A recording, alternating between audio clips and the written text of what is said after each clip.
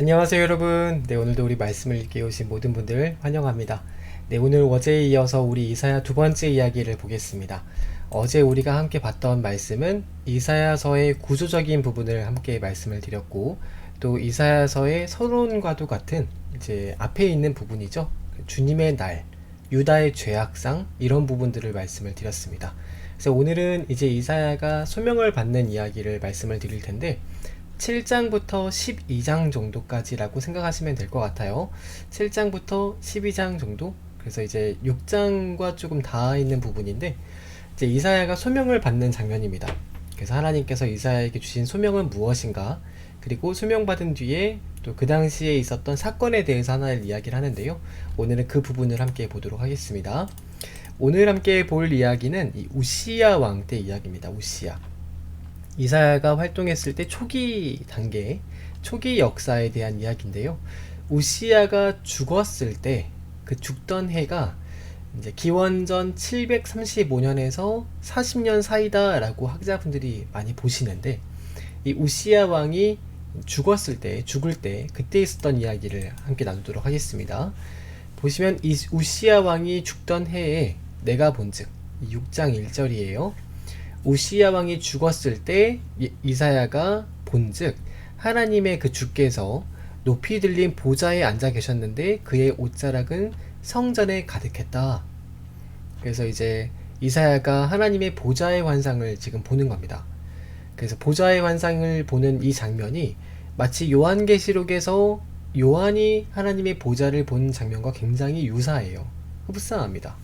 그래서 정말로 하나님의 그 보좌 주위에 어떤 이제 일들이 있는지를 우리 이사야와 계시록을 통해서 어느 정도 짐작을 해볼 수 있는 건데, 보시면은 스랍들이 그 여호와 하나님의 보좌 주위를 둘러서 있고, 각기 6날개를 가지고 있어서 그 둘로는 자기의 얼굴을 가리고 두 날개로는 자기의 발을 가리고 하나님의 보좌 옆에 이렇게 시위를 하고 하나님을 보좌하고 같이 서 있다.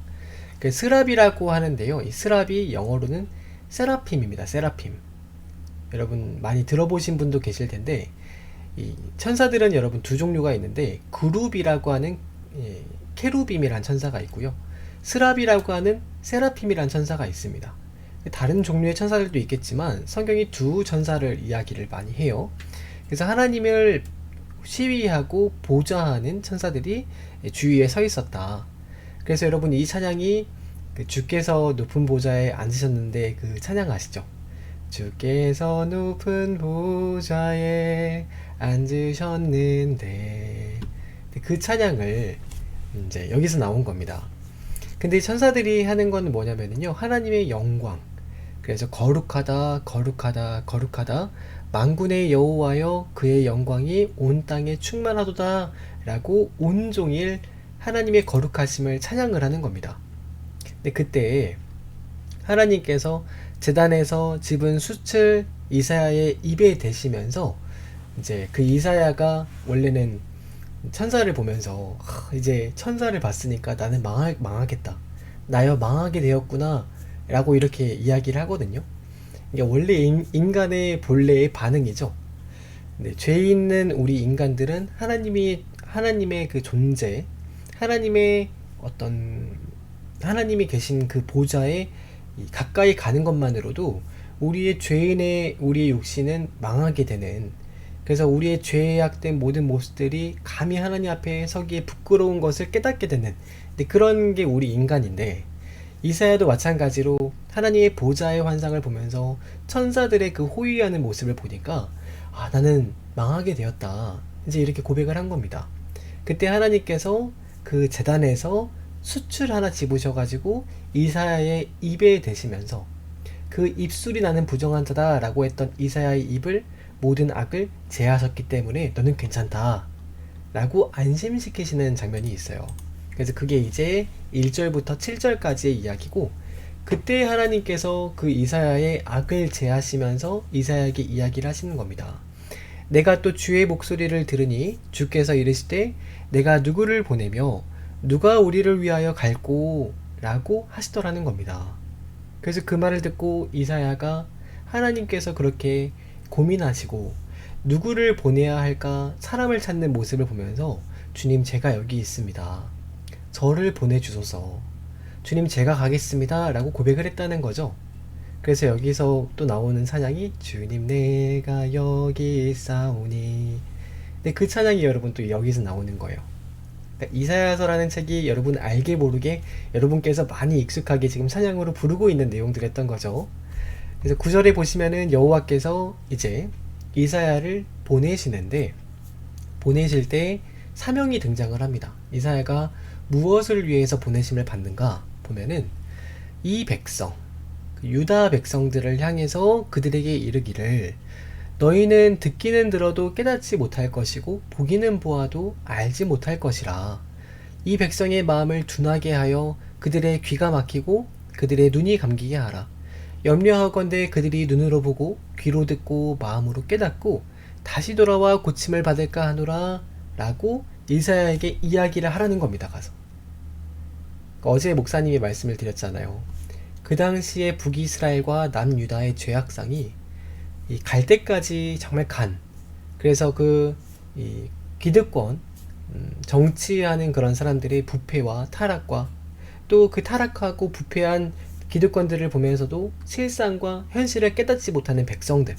그래서 아무리 선지자가 외친다 할지라도 다른 일반 그런 사역을 하는 선지자들은 돈을 위해서 예언을 하고 있고 또 일반 백성들은 그 바른 말을 하는 것을 듣기 싫다고 입을 막아버리는.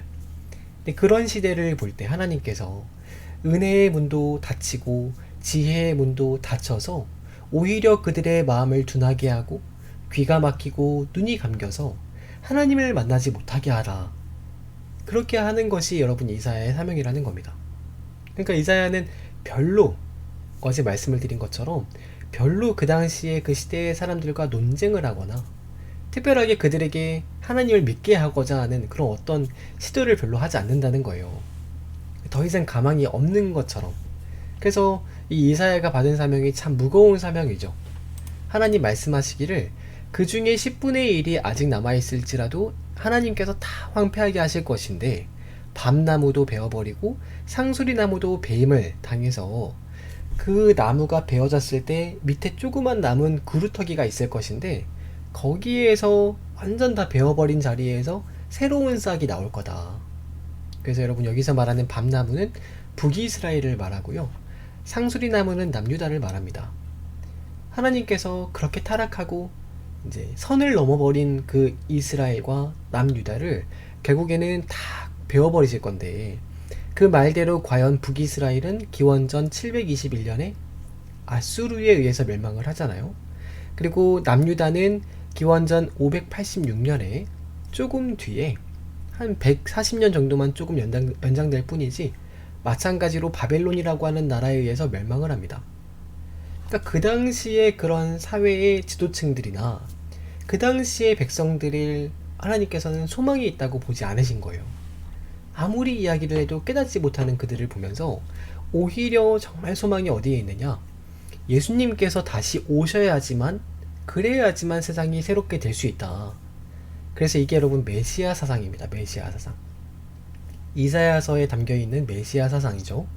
그래서 이스라엘 당시에 그 남유다와 북이스라엘은 눈이 감기고 귀가 막히고 마음이 둔하여 깨닫지 못하는, 그래서 그 하나님께서 아무리 말씀을 하시고 아무리 은혜를 베푸셔도 깨닫지 못하니까 결국에는 다 베어버리고 구원자인 예수 그리스도께서 새로 오실 것이다. 그때에서야 이 세상은 새로운 소망이 있다. 이렇게 얘기를 하시는 겁니다. 그래서 여러분 우리도 사실은 우리 사회도 바라볼 때 어제 목사님이 충분히 얘기를 드렸잖아요. 우리 사회가 정의와 공의를 상실하고 자정의 능력을 잃어버리는, 그래서 교회는 타락하고 세상은 정치 지도자들은 타락해서 끝까지 더 타락을 해버리면 그러면 여러분 우리 사회도 돌이키기 쉽지 않다는 거예요. 그래서 이 구원의 때가, 복음을 받아들일 수 있는 때가 무한정 있는 것이 아니라 언젠가는 다 이 시대도 예수님 오시기 직전에는 참으로 믿는 자를 보겠느냐라고 할 정도로 타락하는 그런 시대가 올 거라는 겁니다. 그래서 그때가 되면은 예수님 믿는 게 정말 어려워지는 시대가 오는데, 우리가 찬양을 부를 때 물이 바다를 덮음같이 여호와의 영광을 인정하는 것이 온 세상이 가득할 것이다. 뭐 이런 찬양을 우리가 부르잖아요. 근데 실상은 그렇지 않은 겁니다. 예수님 다시 오실 때는 물이 바다를 덮음같이 여호와의 영광을 인정하지 않는 것이 온 세상에 가득하다. 오히려 여러분 그런 찬양이 맞는 겁니다. 그래서 나중에 그 얘기도 해드릴 텐데, 방금 불렀던 그런 찬양은 하박국에 나오는 이야기인데요. 하박국이 말했던 그 물이 바다 덮음같이 여호와의 영광을 인정하는 것이 온 세상에 가득하다는 말은, 그 말은 바벨론이 멸망했을 때 바벨론이 무너진 것을 보면서 과연 여호와는 계시나 보다 라고 다 생각을 할 거라는 겁니다. 온 세상이 여호와를 인정하게 될 것이다. 그 이야기지 예수님 다시 오실 때 이야기가 아니에요. 그 얘기는 나중에 하박국을 보면서 조금 더 말씀드리도록 하죠. 그래서 결국에는 예수 그리스도께서 오셔야지만 새로운 소망이 있는 것인데, 마찬가지로 우리 시대를 여러분 생각을 해볼 때 그 예수 그리스도의 몸된 교회가 바로 서 있다면 아직 세상은 소망이 있는 겁니다. 근데 예수 그리스도의 몸된 교회가 하나님 말씀도 모르고 하나님 말씀에는 관심도 없고 하나님 무슨 말씀을 하시던지 자신의 탐욕을 부풀리고 또 이 땅에서 잘 먹고 잘 사는 거에만 관심이 있고 세속주의에 물들어 버린다면, 그러면은 여러분 이 세상도 마찬가지로 별로 희망이 없는 거예요. 교회가 교회 될 때 이 세상이 희망이 있다, 그 이야기입니다. 그래서 이사야가 받은 사명이 좀 특별한 사명이죠. 일반 다른 예언자들이 흔하게 볼 수 있는 그런 사명은 아닙니다. 그런 사명을 받아서 활동을 시작을 하는데요. 우리 이사야서 7장에 보면은 조금 여러분 익숙하신 이야기가 하나가 등장을 합니다. 이게 이제 열왕기 하서 16장에 있는 이야기인데, 무슨 말씀이냐면 유다의 왕 아하스라고 하는 왕 때 있었던 이야기입니다. 유다의 아하스 왕 때 북이스라엘 베가라는 왕과 또 북이스라엘 위쪽에 있었던 큰 나라 아람의 르신 왕이요, 동맹을 맺어요. 동맹을 맺어서 예루살렘을 치러 와서 공격을 하는데, 예루살렘에서 유다를 이기지 못하고 그냥 도망을 갑니다. 능히 이기지 못해요. 그랬더니 이제 이 하나님께서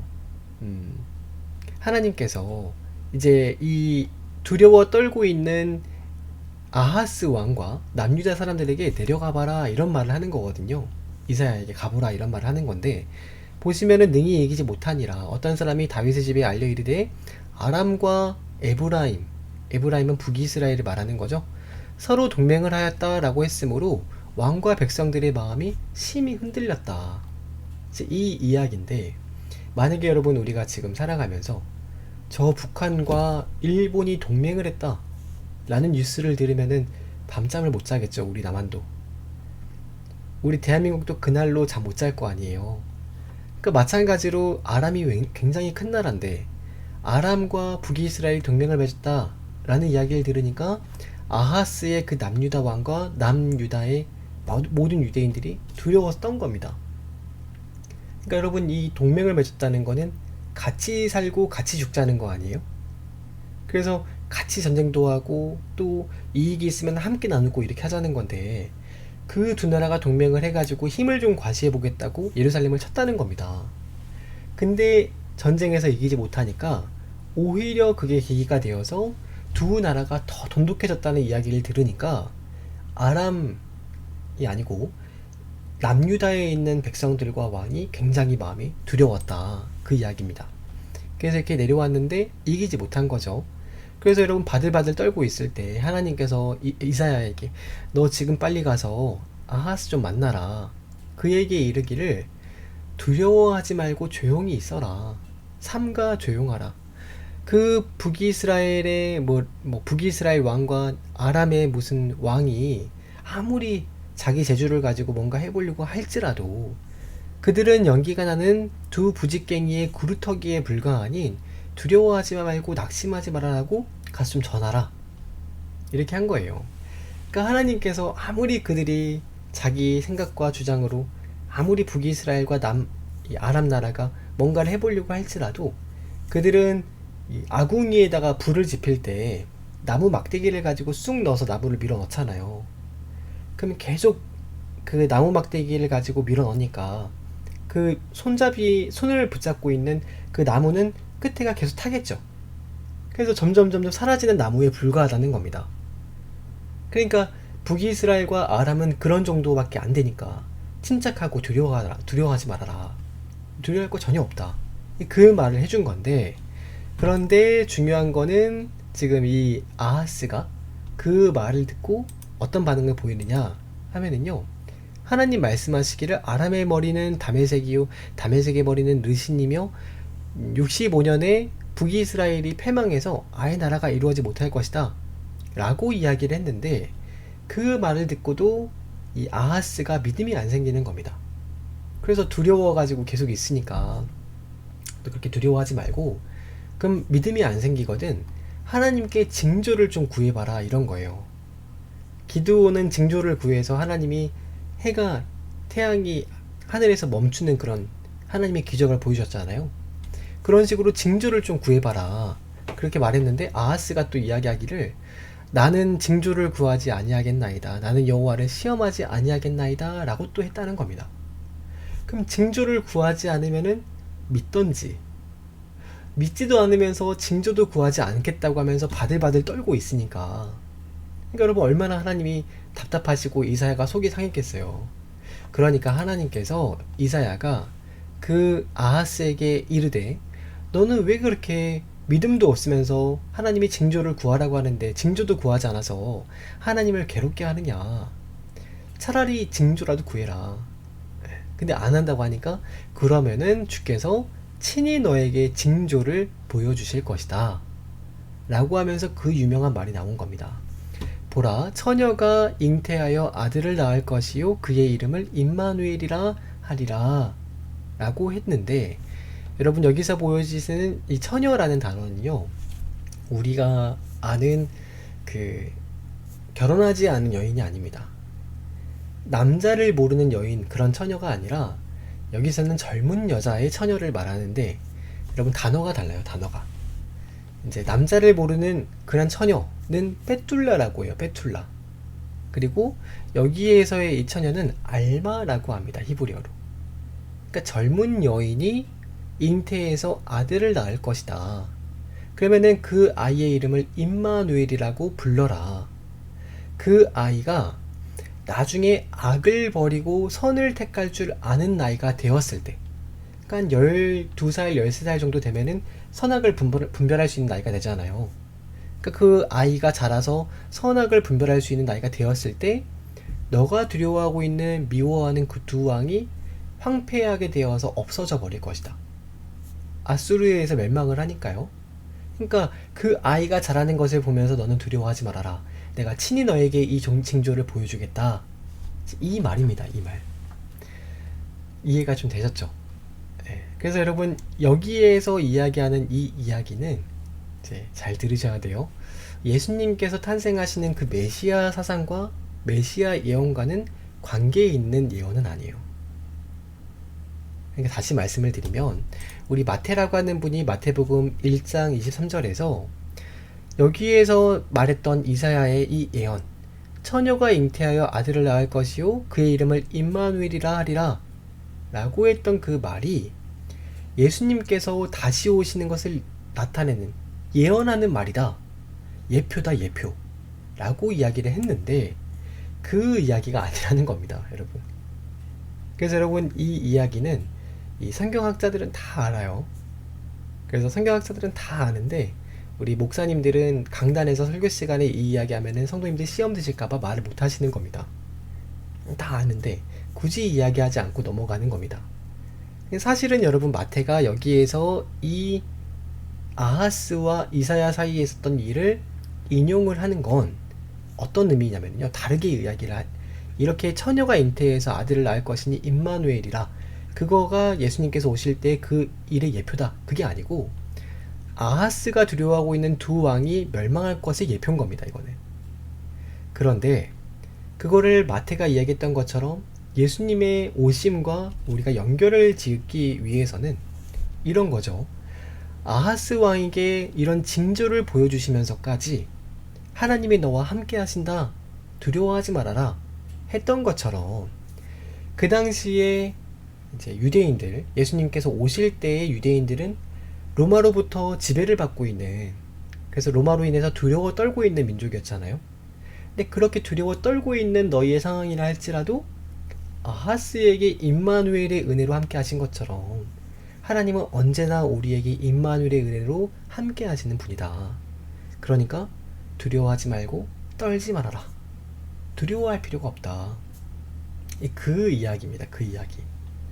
그래서 여러분, 이게 목사님이 이 이야기를 말씀을 드리는 건, 이게 여러분 예수님 믿는 거 싫어하시는, 조금 더 심하게 안티 크리스찬 그런 이제 이야기를 엄청 좋아하시는 분들은요, 다 아시는 이야기예요. 다 아시는 이야기. 그래서 이 부분이 워낙 유명하기 때문에 이 부분을 딱 가지고 너 이거 알아? 하면서 혹시라도 우리에게 들이댈 수 있어요. 그러면은 다 알고 계시라는 겁니다. 넘어가면 되는 문제예요. 넘어가면 되는 문제. 우리도 알고 있으니까 넘어가라. 크게 중요한 게 아니잖아요. 예수님께서 우리 구원에, 예수님께서 우리를 위해 십자가에 달려 돌아가시고 우리를 구원하셨다는 그 사실에 대해서 크게 여러분 문제되는 이야기는 아니잖아요. 하나님께서 아하스에게 임마누엘로 함께 하신 것처럼, 하나님이 너희와 함께 하신다 하신 것처럼, 과연 예수님을 우리에게 보내심으로 임마누엘의 그 은혜를 나타내셨다. 그 이야기잖아요. 그 이야기. 그러니까 너무 그럴 때 그 얘기를 들을 때 당황하지 마시고 놀라지 마시라고. 그래서 그런 분들과 논쟁 굳이 하실 필요 없습니다. 그 이야기인 거죠. 그래서 여러분, 그 뒤에 마저 좀 이야기를 더 해드리면, 여호와께서 에브라임이 유다를 떠날 때부터 당하여 보지 못한 날을 너와 내 백성과 내 아버지 집에 임하게 하시리니, 이게 북이스라엘이 멸망, 그죠? 그 북이스라엘의 멸망이 곧 아수르 왕이 오는 날 이루어질 것이다. 그러니까 이사야가 우시야 시대 때 이미 예언을 한 겁니다. 그래서 그날이 되면은 여호와께서 애굽의 하수에서 먼 곳에 파리와 아수르 땅에 벌을 부르셔서 그 북이스라엘에 남아있는 자들을 다 징계하시고 멸하실 것이다. 끝장낸다, 그 말이죠. 그래서 그날에는 주께서 하수 저쪽에서 세내어 온 삭도, 곧 아수르 왕을 통해서 모든 백성들의 털들을 밀어버리고 수치를 당하게 하실 것이다. 여호와의 심판의 날이 있다는 겁니다. 심판의 날. 그래서 이스라엘, 그 북이스라엘이 행하고 있는 모든 죄악들로 인해서 주의 날이 반드시 임한다. 그 이야기를 하는 겁니다.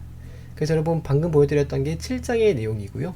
그리고 이제 12장까지는 하나님의 그 심판의 날에 대한 이야기가 조금 더 이어져 있고, 그 뒤에 쭉 뒤에 보면은요, 이제 대부분 이방인들, 열방을 하나님이 마찬가지로 심판하신다라는 심판에 대한 이야기입니다. 그 이사야서가 그래서 별로 전도하고자 하는 그런 의도와 목적을 가지고 기록을 한 게 아니라 선포예요. 선포. 너희를 하나님께서 이렇게, 너희 지금 희망 없고 소망 없는 너희를 이렇게 심판하실 것인데, 여호와의 그 심판의 날, 그러나 그 심판의 날이 있다 하더라도 하나님께서 메시아를 통해서 시온을 다시 회복하실 것이다. 그 이야기가 1장부터 39장까지 이어집니다. 그래서 오늘까지 하면은 목사님이 전반부에 대한 중요한 이야기를 좀 드렸고, 내일 우리 이사야서 이제 전반부라고 하죠. 39장까지 여기 1편 정도의 나머지 이야기를 내일 좀 드리도록 할게요. 그래서 실제로 어떤 내용들이 뒤에는 들어있는지 조금 보고, 그 뒤에는 제2 이사야라고도 부르는 40장부터 66장에 대한 이야기를 더 하고 이사야서를 마치도록 하겠습니다. 네, 여러분 오늘 하루도 고생 많으셨고요. 목사님 여기까지 오늘 읽도록 할게요. 오늘 하루도 또 평안한 밤 되시고, 또 주님의 은혜가, 임마누엘의 은혜가 여러분 함께 하시길 바랍니다. 목사님 내일 이 시간에 또 같이 말씀 보도록 할게요. 여러분 안녕히 주무세요. 안녕.